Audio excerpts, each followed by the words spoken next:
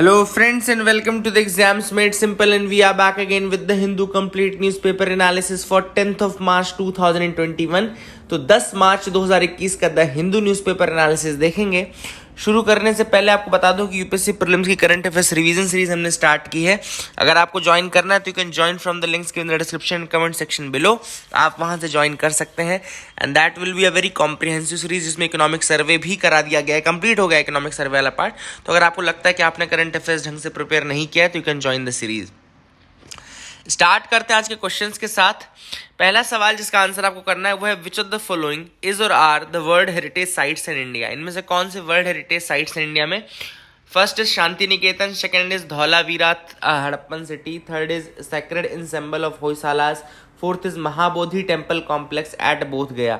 आपको सेलेक्ट करना है कि इनमें से कौन कौन से हैं world heritage sites. 4 only, 3 and 4 only, 1, 2 and 3 only, या all of the above। Question number 2 is the term shadow pad recently in news refers to. इनमें से क्या है सही आंसर शैडो पैड का? First is Japan rover to moon, USA security software, organisation on cyber security, या trojan malware. Question number 3 is which of the following statement is correct with respect to director of CBI? CBI director के regarding कौन सा statement सही है? पहला statement है he is appointed on the recommendation of a 3-member committee consisting of the Prime Minister, Leader of Opposition in the Lok Sabha and the Chief Justice of India. Question statement 2 is he has been provided a security of 5-year tenure in office. तो कौन सा statement सही है आपको बताना है, 1 only, 2 only, both या none. This is question number 2। Question number 3 पे आते हैं। क्वेश्चन नंबर 3 इज तीनों हो गए, sorry. So all the 3 questions are there. आपको आंसर्स करने in the comment section below. Please do try to answers in the comment section below. मैं map of the day के बाद आपको इसका आंसर्स बता दूंगा। मैप ऑफ द डे पे आते हैं तो मैप ऑफ द डे में जो मैप हम लेंगे वो है आज उज़्बेकिस्तान का मैप। उज़्बेकिस्तान का मैप क्यों ले रहे हैं? क्योंकि अभी इंडिया जो है एक एक्सरसाइज करने वाला है उज़्बेकिस्तान के साथ, तो मैं इसलिए थोड़ा सा मैप आपको बता देता हूँ। सबसे इंपॉर्टेंट इसमें सबसे पहले बाउंड्रीज कौन कौन सी हैं। तो एक सेंट्रल अमेरिकन कंट्री आप बोल सकते हैं, सेंट्रल एशियन कंट्री आप इसको बोल सकते हैं, sorry it's a central Asian country. Central Asia बोलते हैं ना, सेंट्रल एशिया में यही सारी कंट्रीज आती हैं, उज़्बेकिस्तान, किर्गिस्तान, कजाकिस्तान, तुर्कमेनिस्तान, ये वाली कंट्रीज। तो यहाँ बॉर्डर देख लो। सबसे पहले ऊपर देखो, आपको दिख रहा होगा कजाकिस्तान, काफी ज्यादा बड़ा बॉर्डर जो कजाकिस्तान के साथ ये शेयर करता है। ऊपर का पूरा कजाकिस्तान वाला पार्ट है, ठीक है ना, उज़्बेकिस्तान में के साथ। और एक सी भी इसके अंदर आता है। कजाकिस्तान और उज़्बेकिस्तान के बीच में एक वाटर बॉडी आती है, इसको एरल सी बोलते हैं। तो ये भी आप याद रखिएगा कि एरल सी जो है वो आपका कजाकिस्तान और उज़्बेकिस्तान के बीच में आता है। कजाकिस्तान और उज़्बेकिस्तान के बीच में कौन सा आता है? सी, एरल सी आता है आपका, ठीक है ना। तो ये आपको याद रखना है। और उज़्बेकिस्तान का एक बहुत इंपॉर्टेंट, देखो यहाँ पे नीचे देखो, यहाँ पे ताशकंद लिखा हुआ है। Tashkent is also written there, तो वो भी काफ़ी इंपॉर्टेंट हो जाता है ना। एंड इसके अलावा नीचे अगर आप आगे देखो इधर साइड कौन सी दूसरी कंट्री है, तो दूसरी कंट्री यहाँ पे किर्गिस्तान है जिसके साथ बॉर्डर शेयर कर रहा है। देखो किर्गिस्तान के साथ कर रहा है ना, इधर साइड किर्गिस्तान के साथ शेयर कर रहा है, ठीक है ना। तो किर्गिस्तान भी वहाँ पर आ गया। फिर नीचे अगर आप थोड़ा सा आओ तो ये पिंक वाले सेक्शन में आपको तजिकिस्तान दिख रहा होगा। पिंक वाले में, पिंक कलर में तजिकिस्तान दिख रहा होगा, है ना। तो तजिकिस्तान के साथ ही वाटर शेयर होता है। फिर नीचे अगर आओ तो ये स्काई ब्लू कलर में आपको अफगानिस्तान दिख रहा होगा। This is the Afghanistan, and Afghanistan भी इसके साथ बॉर्डर शेयर करता है। तो उज़्बेकिस्तान के साथ अफगानिस्तान भी बॉर्डर शेयर करता है, ठीक है। फिर इधर साइड आपको तुर्कमेनिस्तान दिख रहा होगा। दिस इज द तुर्कमेनिस्तान, जो लाइट ऑरेंज में है वो तुर्कमेनिस्तान है आपका, ठीक है ना। तुर्कमेनिस्तान के अंदर देखो आपको अशकाबाद भी दिख रहा होगा, ठीक है। अशकाबाद दिख रहा है ना, तो that is also very very important. क्यों? क्योंकि अशकाबाद एग्रीमेंट आपने सुना होगा, मोबिलिटी ट्रांसपोर्ट उससे रिलेटेड है अशकाबाद एग्रीमेंट, तो वो भी आपका यहीं पे लोकेटेड है, ठीक है ना। और यहाँ पे आपको ऊपर एक इंपॉर्टेंट सिटी दिख रही होगी ताशकंद की। रुको मैं दिखा देता हूँ ताशकंद की इंपॉर्टेंट सिटी। ये उज़्बेकिस्तान में ही आती है। देखो ताशकंद लिखा है ना, ताशकंद ये यहीं की कहना चाहिए कैपिटल है उज़्बेकिस्तान की, तो कैपिटल ही है उज़्बेकिस्तान की, ठीक है। और इधर साइड तुर्कमेनिस्तान में हमने आपको क्या दिखाया, उसकी कैपिटल क्या है? अशकाबाद, ठीक है। तो ये भी याद रखना, अशकाबाद ये बहुत ज़्यादा इंपॉर्टेंट है ना। अशकाबाद एग्रीमेंट भी बहुत ज़्यादा इंपॉर्टेंट है, तुर्कमेनिस्तान की कैपिटल है। और ये वाइट मार्बल की बिल्डिंग्स के लिए जाना जाता है, वैसे वाइट मार्बल की बिल्डिंग्स के लिए जाना जाता है, ठीक है ना, अशकाबाद। ये भी आप याद रख सकते हैं। वाटर बॉडी में एरल सी मैंने आपको ऊपर दिखाई दिया, कजाकिस्तान और आपका उज़्बेकिस्तान के बीच में एरल सी है, तो वो आपको दिखा दिया। और कजाकिस्तान के अंदर एक और लेक आती है, लेक बलखश करके आती है, ठीक है ना। तो लेक बलखश लिखा हुआ ना, that is also comes under the Kazakhstan only, तो कजाकिस्तान के अंदर वो भी आती है, ठीक है।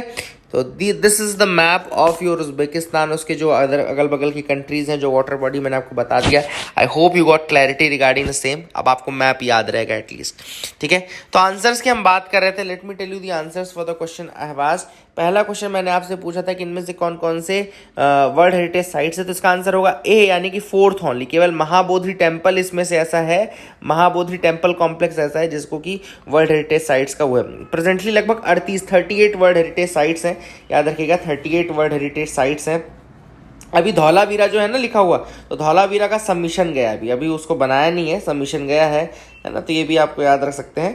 एंड ये सेक्रेड एंसेम्बल होयसाला शांति निकेतन, ये दोनों का सबमिशन गया है, नॉमिनेशन गया है, ठीक है ना, याद रखिएगा। अगला सवाल मैंने आपसे पूछा था कि शैडो पैड क्या है, तो ऑब्वियस बात है ट्रोजन मालवेयर है जो चाइना की तरफ से आया था अभी रिसेंटली। एंड तीसरा सवाल मैंने आपसे पूछा था डायरेक्टर ऑफ सीबीआई के रिगार्डिंग कौन सा स्टेटमेंट सही है। पहला स्टेटमेंट बिल्कुल सही है डायरेक्टर ऑफ सीबीआई के रिगार्डिंग, दूसरा स्टेटमेंट गलत है। क्यों? क्योंकि सिक्योरिटी ऑफ टेन्योर जो है वो केवल 2 साल के लिए, ना कि 5 सालों के लिए, ठीक है ना, तो केवल 2 सालों के लिए सिक्योरिटी ऑफ टेन्योर है, याद रखिएगा। और इसका जो सीबीआई है, याद रखिएगा, CBI is neither statutory nor constitutional. CBI एक ऐसी बॉडी है जो ना ही स्टैट्यूटरी है, नाइदर कॉन्स्टिट्यूशनल है। जबकि कई बार लिखा रहता है कि डेराइव्स it's power from the Delhi special police establishment act of 1946, तो वैसे ही अपनी पावर जरूर डिराइव करता है Delhi special police establishment act 1946 से, लेकिन ये स्टैट्यूटरी बॉडी नहीं है, ना ही ये एक कॉन्स्टिट्यूशनल बॉडी है। डायरेक्टर ऑफ सीबीआई को टेन्योर की सिक्योरिटी है, लेकिन 2 साल की सिक्योरिटी है। वो किसके थ्रू है? CVC act 2003, CVC act of 2003 के तहत 2 साल की सिक्योरिटी मिलती है उसको, याद रखिएगा। सीवीसी एक्ट 2003 के तहत उसको ये सिक्योरिटी मिलती है, याद रखना, this is very very important. और ये जो कमेटी बनी है ना, ये लोकपाल एंड लोकायुक्त एक्ट 2013 का जो एक्ट है ना, उसके थ्रू मिली है, ठीक है। तो these are the important facts regarding that. आगे मूव करते हैं, देखते हैं क्या इंपॉर्टेंट न्यूज आइटम है। Uttarakhand CM Rawat resigns. तो अब उत्तराखंड के जो चीफ मिनिस्टर है Trivendra Singh Rawat, he has resigned on Tuesday, tendered his resignation to the governor. अब आपको पता है कि सीएम किसको रेजिग्नेशन देता है? अपना गवर्नर को रेजिग्नेशन देता है। तो ये भी आपको याद रखना है कि सीएम अपना रेजिग्नेशन किसको देता है? गवर्नर को रेजिग्नेशन देता है, ठीक है। तो that is the thing which is important, आप इसको याद रखिएगा, ठीक है। And this is important.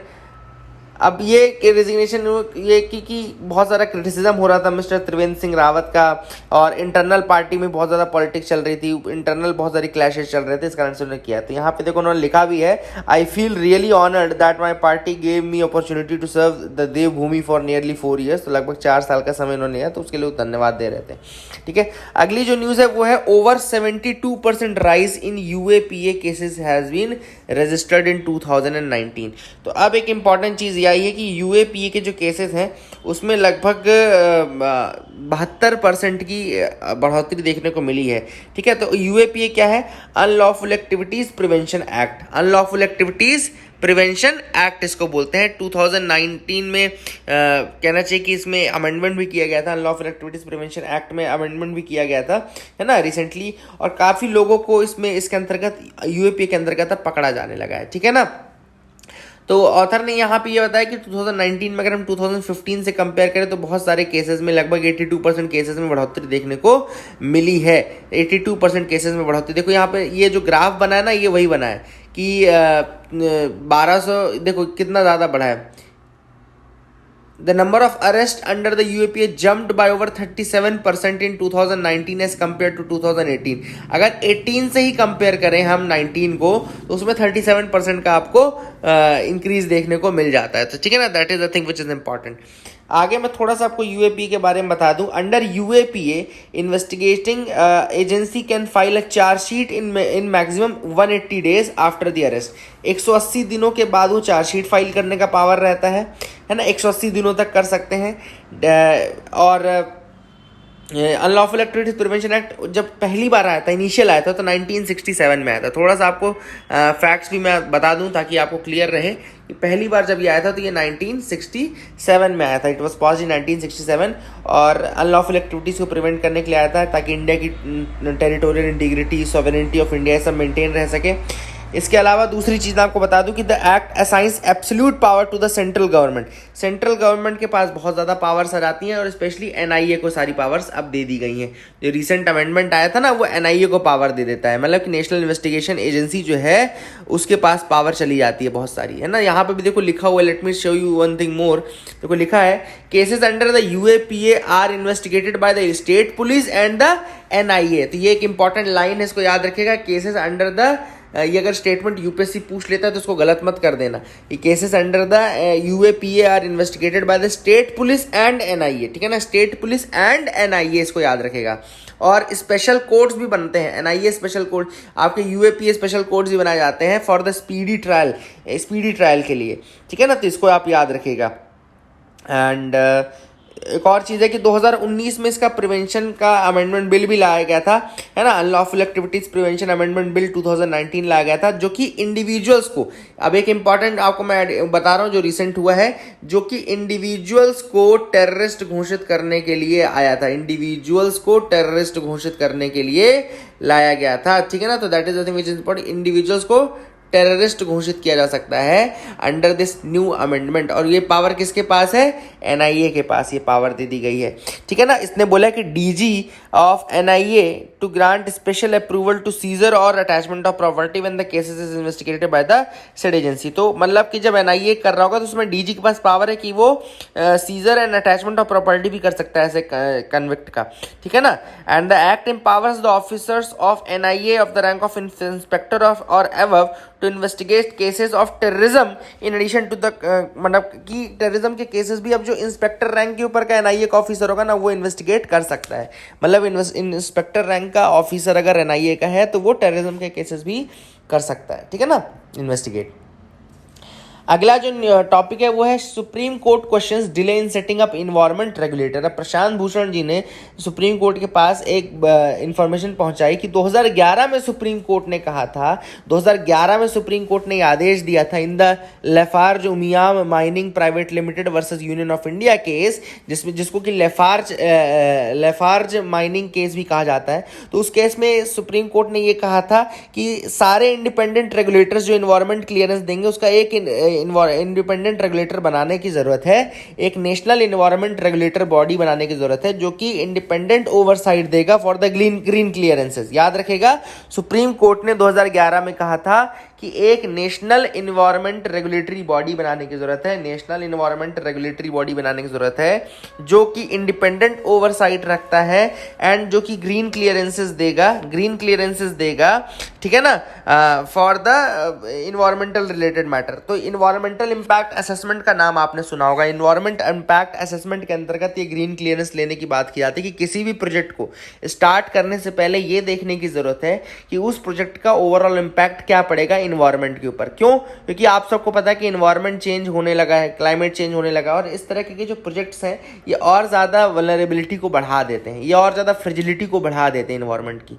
इस कारण से इनको करने की जरूरत है। तो यही इन्वायरमेंट इम्पैक्ट असेसमेंट के लिए ही ये Lafarge mining case, Lafarge Umiam mining private limited versus Union of India case में सुप्रीम कोर्ट ने कहा था। और प्रशांत भूषण जी ने कहा कि अभी भी नहीं हो रहे।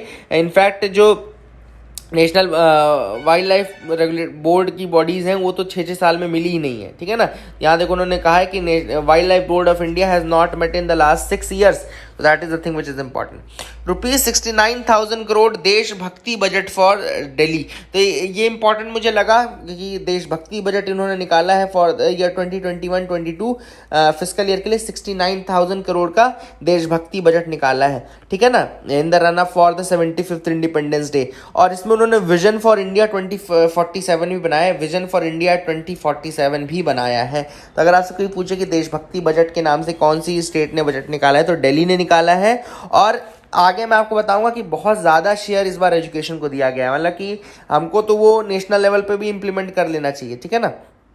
तो यहाँ पे आप देखो कि 69,000 करोड़ का जो बजट है उन्होंने निकाला है, उसमें 24% यानी कि 16,377 करोड़ जो है वो एजुकेशन को दिया जा रहा है, 14% हेल्थ सेक्टर को दिया जा रहा है and 13% transport road and bridges को दिया जा रहा है। तो काफ़ी ज़्यादा share of the budget is going towards the education sector, फिर उसके बाद आपका हेल्थ सेक्टर पे एंड देन आपका ट्रांसपोर्ट, रोड्स एंड ब्रिजेस वाले सेक्टर को जा रहा है। तो ये आप देख सकते हैं कि कितना ज़्यादा इन्वेस्टमेंट किया जा रहा है regarding the transport, education, health etcetera, है ना। तो ये देशभक्ति बजट के नाम से आया, तो उसको आप याद रखिएगा, देशभक्ति budget. New Delhi government India 2047 के लिए उन्होंने वो भी निकाला है, और देशभक्ति करिकुलम को इंट्रोड्यूस करने की बात की जा रही है, जो कि स्पिरिट ऑफ पेट्रियाटिज्म को बढ़ाएगा, है ना। देशभक्ति करिकुलम की बात की जा रही है, जो कि स्पिरिट ऑफ पैट्रियोटिज्म को बढ़ाने का काम करेगा। So this is the thing which is important. I hope you got clarity regarding that, आपको समझ में आ गया होगा। आगे मूव करते हैं एडिटोरियल के पास। पहला एडिटोरियल है target judicial patriarchy not the जज।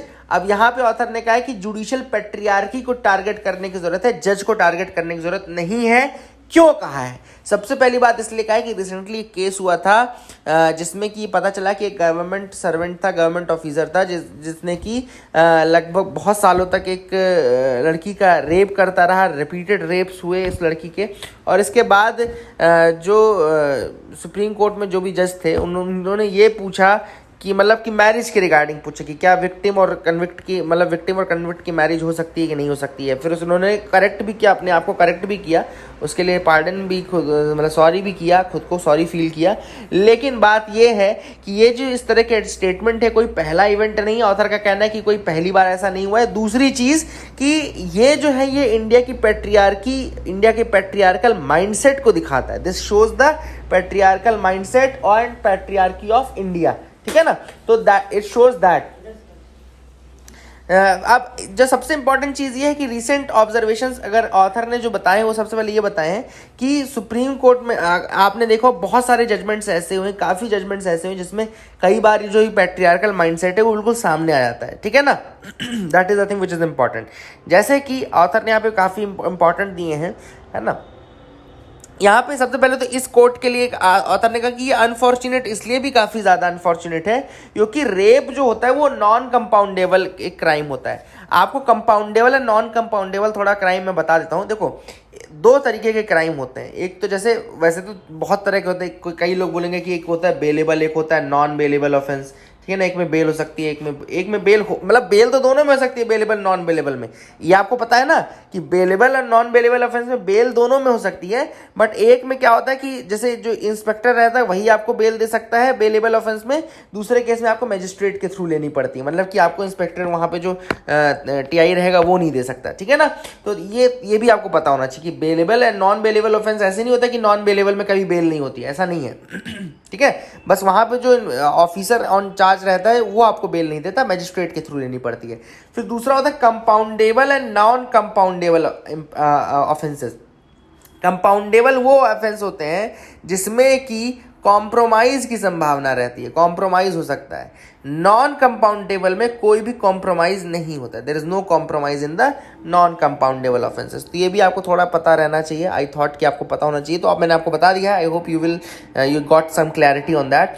नाउ अभी ऑथर ने कहा है कि काफ़ी लोगों ने क्या बोला है कि जैसे ऑथर ने बोला अब कौन कौन से इवेंट्स है जो दिखाते हैं पैट्रियार्कल माइंडसेट को। तो पहला है जैसे उन्होंने मैरिटल रेप को लिया है। मैरिटल रेप कैसे पैट्रियार्की दिखाते हैं, क्योंकि कई जजमेंट्स में आपने देखा होगा, एक जजमेंट में इन्होंने यही कहा था कि when two persons are living as husband and wife, however brutal the husband is, can that act of intercourse between them be called rape. तो यहाँ पे सुप्रीम कोर्ट ऐसे क्वेश्चन अगर पूछेगी तो क्या होगा भगवान देश का। तो उन्होंने ये कहा कि if two persons are living as husband and wife, then however brutal the husband is, that act of intercourse can not be called rape. ये सुप्रीम कोर्ट का कहना है। अब सोचो, इसके अलावा आरएसएस की भी जो वो है वो भी मैरिटल रेप को क्राइम मानने से मना कर दिया है ना। They have opposed marital rape as being made a crime, है ना। इंटरेस्टिंगली जस्टिस जेएस वर्मा जो कमेटी थी, जस्टिस जेएस वर्मा कमेटी 2013 में बनी थी आफ्टर द निर्भया कांड के बाद में जस्टिस जेएस वर्मा कमेटी बनी थी, ठीक है ना, इसको याद रखिएगा। एंड 2013 में जब वो बनी तो उसने ये जरूर कहा था कि the rape should be views not as an infringement of women's chastity और वर्जिनिटी। रेप का मतलब केवल ये नहीं है कि वुमेन की चास्टिटी या वुमेन की वर्जिनिटी खत्म हो गई। It is the violation of her bodily integrity and sexual autonomy. It is the violation of her bodily integrity and sexual autonomy. तो ये एक आपको चीजें भी याद रखनी है, ठीक है ना। That is the thing which is very very important.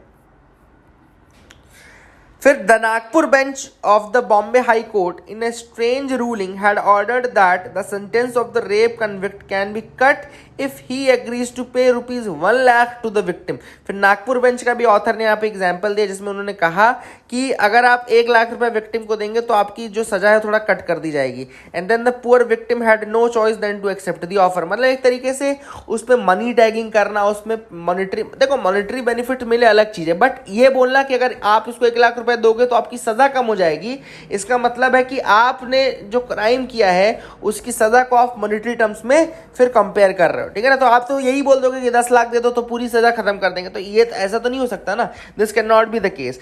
And वही चीज है जो ऑथर ने कहा है कि ये पैट्रियार्कल माइंडसेट को दिखाता है। These are the things that remind us of the patriarchal mindset of the judiciary, ठीक है ना।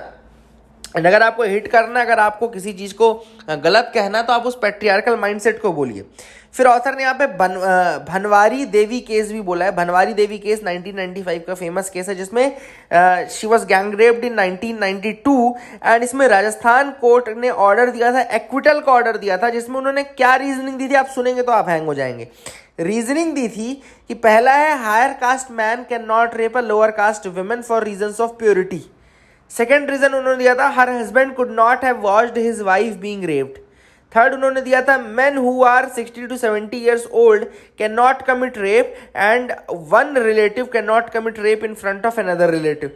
This was the reasoning given by the court, Rajasthan court. And अब आप देख सकते हैं कि क्या लेवल है और क्या मतलब कि what is the mindset which is there. इसके बाद जो हड़िया केस था 2017 का हड़िया केस था, उसमें भी हमने देखा था कि केरला हाई कोर्ट ने ये कहा कि आप एनआईए के थ्रू, एनआईए अब नेशनल इन्वेस्टिगेशन एजेंसी चेक करेगी कि दो एडल्ट्स अगर शादी कर रहे हैं तो उसके लिए इन्वेस्टिगेशन एजेंसी के थ्रू इन्वेस्टिगेशन कराई जाएगी। तो अब आप सोच सकते हैं this is the level. Ploughing a new furrow in the agri regulatory system. अब ऑथर ने यहाँ पे बोला है कि जैसे थ्री जो फार्म्स लॉज आए थे उनका काफी अपोजिशन चल रहा है। आप सबको पता है कि 3 फार्म लॉज का काफी अपोजिशन चल रहा है, ठीक है ना। And they include constraints in accessing agricultural input. अब इंडिया में केवल एक प्रॉब्लम नहीं है, फार्म लॉस तो ठीक है चलो है ही, काफ़ी और प्रॉब्लम्स है जो इंडिया के किसान भुगत रहे हैं, जैसे कि एग्रीकल्चरल इनपुट्स नहीं मिल रहे हैं प्रॉपरली, मार्केट नहीं मिल रहा है, उनका प्रॉपर मार्केट नहीं काम कर रहा है, एग्रीकल्चरल फिनेंसेस में क्रेडिट में प्रॉब्लम होती है, ह्यूमन रिसोर्स में प्रॉब्लम है, इंफॉर्मेशन में प्रॉब्लम है कि मार्केट में क्या रेट चल रहा है क्या नहीं चल रहा है। So these are the important things which the important issues which the farmers of India face. And ये जो चीज़ है, ये देखो फार्मर्स कॉम्पिटिटिवनेस बढ़ती जा रही है, देशों के बीच में कॉम्पिटिटिवनेस बढ़ती जा रही है, ऐसे में ये सारी चीज़ें होना काफ़ी गलत है। अब ऐसे में role of the government is the foremost, role of the government सबसे इंपॉर्टेंट होता है। वर्ल्ड बैंक ने अभी एक पब्लिकेशन, एक रिपोर्ट निकाली जिसका नाम है enabling the business of agriculture 2019। Enabling the business of agriculture, अगर आपसे कोई पूछे कि enabling the business of agriculture किसने निकाला है तो ये 2019 की रिपोर्ट है, याद रखिएगा, पब्लिकेशन है वर्ल्ड बैंक का। वर्ल्ड बैंक का पब्लिकेशन है enabling the business of agriculture 2019 report and it provides insights on the question, ठीक है ना। इन्हीं क्वेश्चंस पे ये इंसाइट प्रोवाइड करता है, ठीक है। तो इसको याद रखेगा, enabling the business of agriculture किसका है, ये वर्ल्ड बैंक का है। अब इसमें 8 इंडिकेटर्स हैं, enabling the business of agriculture में 8 इंडिकेटर्स हैं और 101 कंट्रीज की रैंकिंग इसने बनाई है, 101 कंट्रीज की रैंकिंग बनाई है। और सबसे इंपॉर्टेंट चीज़ है कि इसमें इंडिकेटर्स जैसे कि supplying seed, registering fertiliser, securing water, registering machinery, sustaining livestock, protecting plant health, trading food, accessing finance, ये 8 पैरामीटर्स हैं जिनमें की ये रैंकिंग निकाली गई है। और इन रैंकिंग्स में क्या निकल के सामने आता है, इन रैंकिंग्स में निकल के सामने आता है कि इंडिया की जो रैंकिंग है वो 49 है, इंडिया की रैंक 49 है। और G20 कंट्रीज में हम सेकंड लास्ट पे आते हैं साउथ अफ्रीका के बाद, ठीक है ना, सेकंड लास्ट पे आते हैं। तो मतलब देख रहे हो कि मतलब हमारी क्या वो है, ठीक है। G20 कंट्रीज में हम सेकंड लास्ट में आते हैं आफ्टर साउथ अफ्रीका। तो ये जो 8 पैरामीटर्स है, मतलब कि इसमें हमारे कंट्री में जो काम है वो सही नहीं चल रहा है। फॉर एग्जांपल सप्लाइंग सीड्स में काम सही नहीं चल रहा है, बहुत अच्छा काम नहीं चल रहा है। सीड्स की क्वालिटी के ऊपर कई बार सवाल उठाए जाते हैं इंडिया में, है ना। फर्टिलाइजर्स के रिगार्डिंग सवाल उठाए जाते हैं कई बार, ठीक है ना। और ये सारी चीज़ें जो इशूज़ ऑथर ने यहाँ पे EBA के अंतर्गत हैं।